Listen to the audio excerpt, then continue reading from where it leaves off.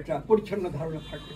আমরা কিছুতেই বর্তমান উপদেষ্টা পরিষদের রাজনীতি ব্যর্থতা চাই না, আমরা চাই তাদের সাফল্য, এবং সেই সাফল্যের জন্য আমরা এই উপদেষ্টা পরিষদের প্রতি একটা সমর্থনমূলক দৃষ্টিভঙ্গি নিয়ে এগোব এবং তাকে পরামর্শ দেব।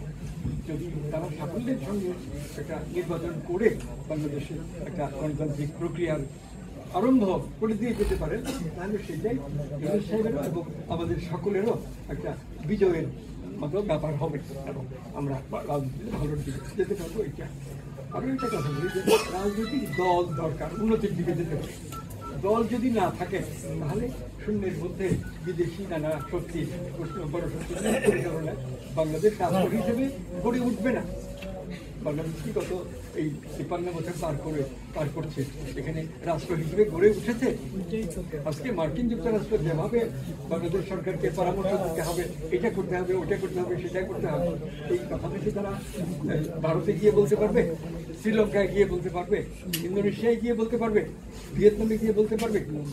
বাংলাদেশের সরকারকে খুব কম গুরুত্ব দেখা দিচ্ছে।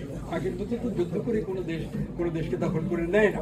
এখনকার যে পরাধীনতা, এটা অনেকটা এই অর্থনৈতিক এবং রাজনৈতিক শক্তিগুলোর উপরে কর্তৃত্ব বিস্তার করে করা হয়। এইগুলো ব্যাপার আমাদের এখন যতই আমরা বলি একটা মোটামুটি সুষ্ঠু নির্বাচনের মাধ্যমে সরকার গঠন, এই ধারায় আমরা যেতে চাই। আর রাষ্ট্র সংস্কারের যেসব কথা সামনে আসছে এগুলো খুবই গুরুত্বপূর্ণ। রাজনৈতিক নেতাদের থেকেই এই বিষয়গুলো আসা উচিত ছিল, কিন্তু কোনো রাজনৈতিক নেতাই, সে আওয়ামী লীগ হোক, বিএনপি হোক, জাতীয় পার্টি হোক, বামপন্থী দল হোক, কোনো পক্ষই সেটা গুরুত্বের সঙ্গে বিবেচনায় নেননি, আদৌ বিবেচনায় নেন।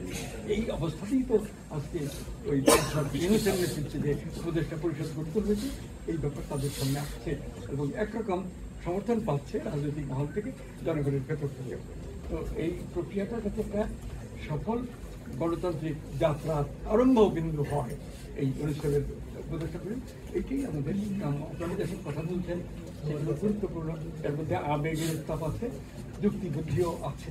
নিজেরা বিবেচনা করে একটা সংকলন করে সমস্ত বক্তব্যের একটা বিষয় পাবে এবং বিষয়টা একটা সমস্ত আলোচনার সংকলন ধারায় যেতে হবে। আমরা এখানে যা বলছি তার সবটা গ্রহণীয় না হতে পারে। সার সংকলন করতে গেলে কিছু কথা বাদ দিতে হবে, কিছু কথা সংযত করতে হবে। এগুলো করে সেটা প্রকাশ করলে নিজের জন্য প্রচার করলে ভালো। আর অনুষ্ঠান তো এই কথাটা অবশ্যই তাদের সুবিধার্থে, মানে ব্যক্তিগতভাবে যদি সম্ভব হয় গোষ্ঠীগতভাবে সব একত্রে গিয়ে বলতে হবে যে এই কাজগুলো আমাদের সামনে আসছে, এগুলো আমরা টোটাল আপনাকে সমর্থন দেবো, আমরা এটা চাই। এইভাবে আমরা একটা বর্তমানে ক্রাইসিস অতিক্রম করতে পারি। কোনো সন্দেহ নেই যে একটা ট্রানজিশন পিরিয়ড, অনেকে বলছেন ক্রান্তিকাল, মানে একটা অবস্থায় আমরা আছি, এটা খারাপ, আমরা এমন একটা অবস্থায় যাব যেটা ভালো হবে, ভালোর দিকে যাবো। এর দুটার মাঝখানে এটাই তো ট্রানজিশন পিরিয়ড, ক্রান্তিকাল। প্রকৃতপক্ষে একটা ক্রান্তিকালে আছি, কিন্তু এর মধ্যে সম্ভাবনা আছে ক্রান্তিকাল অতিক্রম করে ভালোর দিকে যাওয়া।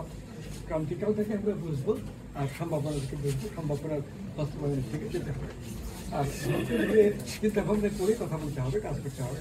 আবেগ উত্তেজনা দরকার আছে, আবেগ ছাড়া কাজ হয় না, কিন্তু এর মধ্যে যুক্তি বুদ্ধি দিয়ে কর্মপন্থা নয় করে কাজ করতে হবে। আপনাদের সবাই আন্তরিক ধন্যবাদ জানাচ্ছি।